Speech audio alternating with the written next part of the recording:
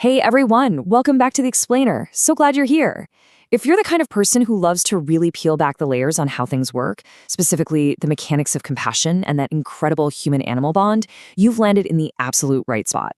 Today we're diving into a heartwarming story from our source material that beautifully captures what caring for animals really looks like here in the US. We're going to zoom all the way in on taking care of just one pet, and then zoom way out to look at nationwide wildlife conservation. It's a great journey, so let's just jump right in. So what does it actually mean to care for an animal? Sounds super simple, right? Honestly, a lot of times we just picture tossing some kibble in a bowl, maybe giving a quick scratch behind the ears. But as our source material shows us, true care is way deeper than that. It's a much more involved process. As we walk through today's explainer, keep this question in the back of your mind, okay? We're going to unpack the real layers of empathy, responsibility, and the daily commitment that defines how we live with the animals around us. To really get a handle on this, let's look at a typical morning. Based on our source, the American morning routine for a pet owner is totally rooted in deliberate, intentional care. We're talking families waking up incredibly early, literally before their own busy days even start, just to make sure their animals are set. That means fresh food and clean water right out of the gate. But it's not just about the basics, you know? It's about making sure dogs get those happy, energetic walks in local parks and ensuring cats have cozy, warm spaces where they feel completely safe and loved. This daily rhythm, that is the absolute foundation of animal care. All right, Section 1, a boy and a shelter. Let's get into it. Let's look at a story that perfectly hits the nail on the head here. Picture a bright, sunny day. A young boy named Ethan heads to his local animal shelter with his parents. And right away, he sees this massive, highly organized system of care in action. See, a shelter isn't just some building. It is a totally bustling hub. It's packed with dogs, cats, rabbits, you name it, all waiting for homes. But the real heroes here? The staff. Our source points out that these workers spend their entire day feeding animals, scrubbing down living spaces, and giving critical medical care whenever it's needed. They're literally the front line of animal welfare, keeping these guys safe and healthy while they wait for their forever families. So right in the middle of all this shelter chaos, Ethan locks eyes with one specific dog. Just a quiet, small, brown dog sitting totally alone in a corner. The text describes him looking pretty sad, simply because he didn't have a family yet. And man, it's such an emotional moment.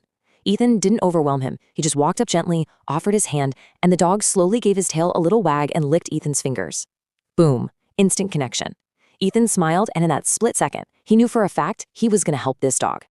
Which brings us to Section 2, the magic of adoption. While they were there, the shelter manager explained the core idea of adoption. It's exactly what it sounds like, choosing to give a homeless animal a literal second chance at a happy life by taking them from a shelter rather than buying them somewhere else. It is a super intentional choice to rescue an animal that really needs you. Well, Ethan and his family were totally sold on the idea. They made the huge, life-changing decision to adopt that little brown dog, and they gave him the absolute perfect name, Buddy. Okay, but the care doesn't just magically stop the second you leave the shelter, right?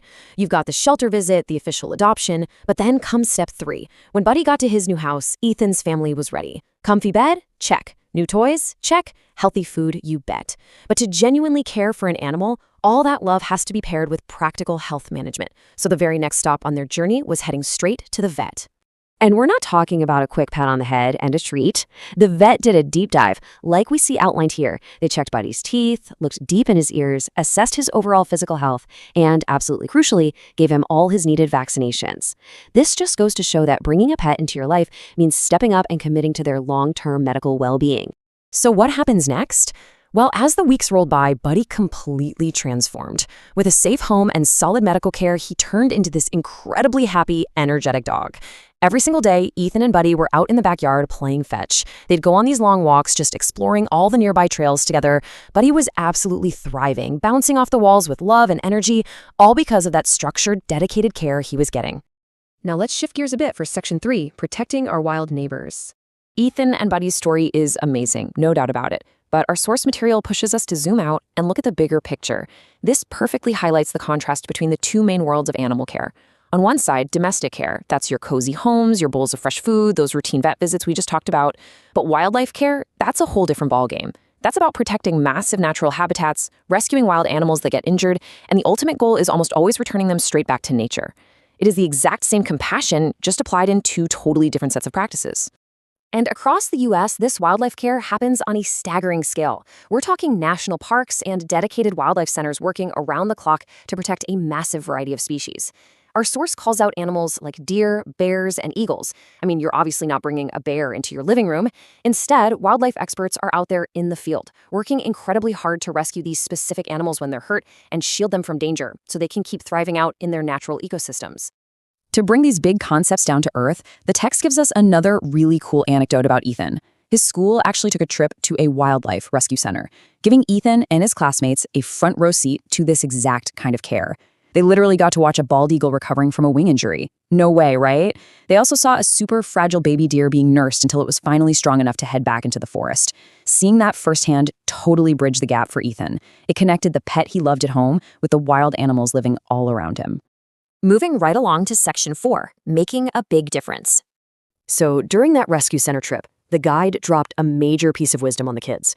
You can't protect animals without protecting their homes. They go hand in hand.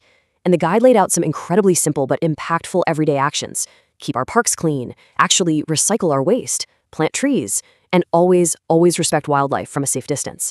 The guide made it crystal clear. These aren't just, nice environmental talking points. These are direct, concrete acts of animal care that make a huge difference for the environment. And here's the best part. Ethan didn't just nod along and forget about it. He took action. Fired up by everything he learned, he started doing these exact things right in his own community to help animals. He started giving up his weekends to volunteer at that same local shelter. He organized pet food drives to collect donations. And maybe most importantly, he became a real advocate, getting his friends on board and encouraging them to treat animals with that same level of kindness. Basically, Ethan became an active player in the whole ecosystem of animal care. Bringing it all full circle, our source jumps ahead in time. Years later, guess what? Buddy is still Ethan's absolute best friend in the world. That quiet, sad little dog hiding in the corner of a shelter, he was now living this completely joyful, vibrant life. It's just such a beautiful example of the long-term success of the human-animal bond when you really commit to it. It proves that taking a chance on an animal in need can seriously give you a lifetime of companionship. Looking back on his whole journey with Buddy, Ethan had this really profound realization. To quote the text, it was about showing love, responsibility, and compassion every day. I love that. Caring for animals goes way beyond just throwing food in a bowl or putting a roof over their heads. It is an active, everyday practice of responsibility. And you know what's truly amazing? Ethan's story is just a drop in the bucket. To sum up the really big takeaway of today's explainer, this exact scenario is playing out millions of times over across the country. Every single day in the US, millions of people are stepping up in this exact same way. They're adopting shelter pets, protecting habitats, rescuing injured wildlife, and just pouring love into these creatures. Why? Because of a shared belief that our source text puts perfectly. Every single animal deserves kindness, safety, and a real chance at a happy life. Which brings us to our final thought for today. We've seen exactly how Ethan flipped this script on a dog's life and helped out his local wildlife, right alongside millions of other people doing the exact same thing. So as we wrap up this explainer, I want to toss this question over to you. Every animal deserves a second chance. How are you going to help give them one? Whether you adopt, volunteer, or just start recycling to protect a habitat, the power to make a real impact is literally in your hands. Thank you so much for hanging out with me today. Keep asking those big questions, keep looking for ways to help out, and I will see you on the next explainer.